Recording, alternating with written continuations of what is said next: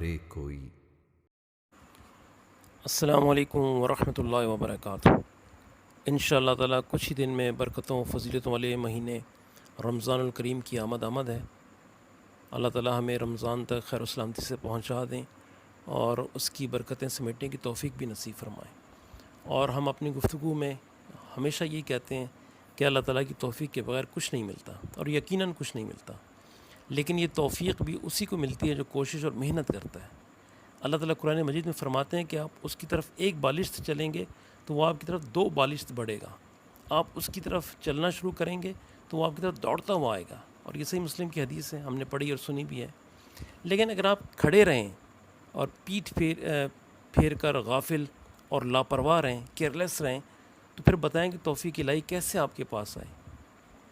تو ہر رمضان ہماری زندگیوں میں آیا ہے، لیکن نہ دل بدلا ہے، نہ جسم بدلا ہے، نہ ذہن بدلا ہے، نہ روحانیت میں تبدیلی آئی ہے، ویسے کہ ویسے ہم رہ گئے جیسے تھے۔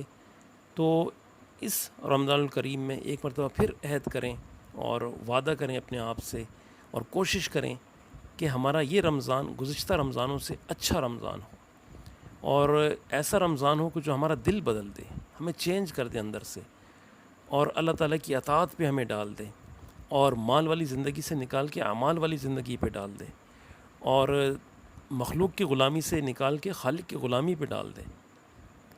ایسا نہ ہو کہ رمضان کا پورا مہینہ گزر جائے، رحمت اور برکتوں کی ڈول انڈیلے جاتے رہے ہوں، بارش ہو رہی ہو، اور ہم اتنے بد نصیب ہوں کہ ہماری جھولی خالی رہ جائے۔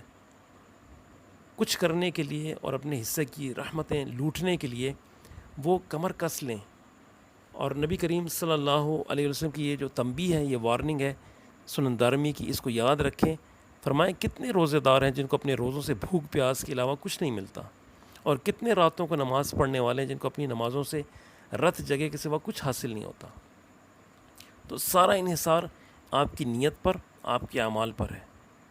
جناب نبی کریم صلی اللہ علیہ وآلہ وسلم رمضان سے پہلے اپنے رفقاء کو، اپنے صحابہ کو، اپنے گھر والوں کو مخاطب کر کے اس مہینے کی عظمت و برکت بھی بیان فرماتے، اور اس کی برکتوں کے خزانوں سے اپنا بھرپور حصہ لینے کے لیے پوری محنت اور کوشش کی تاکید بھی فرماتے۔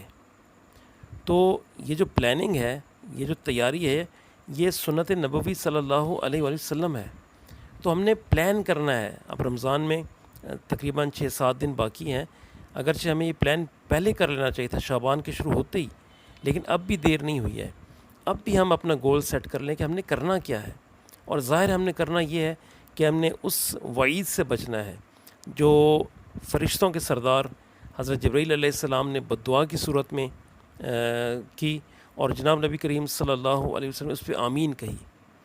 اور وہ بہت مشہور حدیث ہے جس میں فرمایا کہ ہلاک ہو جائے وہ شخص جس نے رمضان کا مہینہ پایا اور اس نے اپنی بخشش نہیں کروائی۔ یعنی یہ ایسا بابرکت مہینہ ہے کہ یہ بخشش کے حصول کا ایک ذریعہ اللہ تعالیٰ نے بنا دیا ہے۔ اگر اس میں بھی ہم محروم رہ جاتے ہیں اور دامن خالی رہتا ہے، پھر ہم سے زیادہ کون خسارے والا ہوگا، ہم سے زیادہ کون بے حس اور نقصان اٹھانے والا ہوگا۔ اس لیے اس مہینے کی عظمت سے، فضیلت سے خوب فائدہ اٹھائیں، اور اس کے لیے ضروری ہے کہ آپ کی ہماری نیت بنی ہوئی ہو کہ ہم نے کرنا کیا ہے، ہمارا گول کیا ہے، ہمارا مقصد کیا ہے اس رمضان سے۔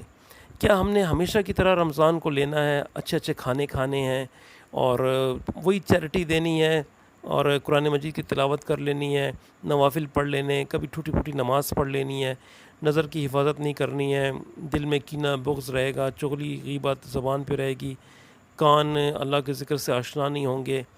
کیا ایسے ہی رمضان گزر جائے گا مکس، جس میں کبھی کر لیا، کبھی نہیں کیا، کبھی یاد آ گیا، کبھی نہیں یاد آیا، کبھی اللہ تعالیٰ قریب محسوس ہوا، کبھی نہیں محسوس ہوا؟ کہ ایسا رمضان گزر جائے گا؟ ایسا رمضان نہیں گزارنا۔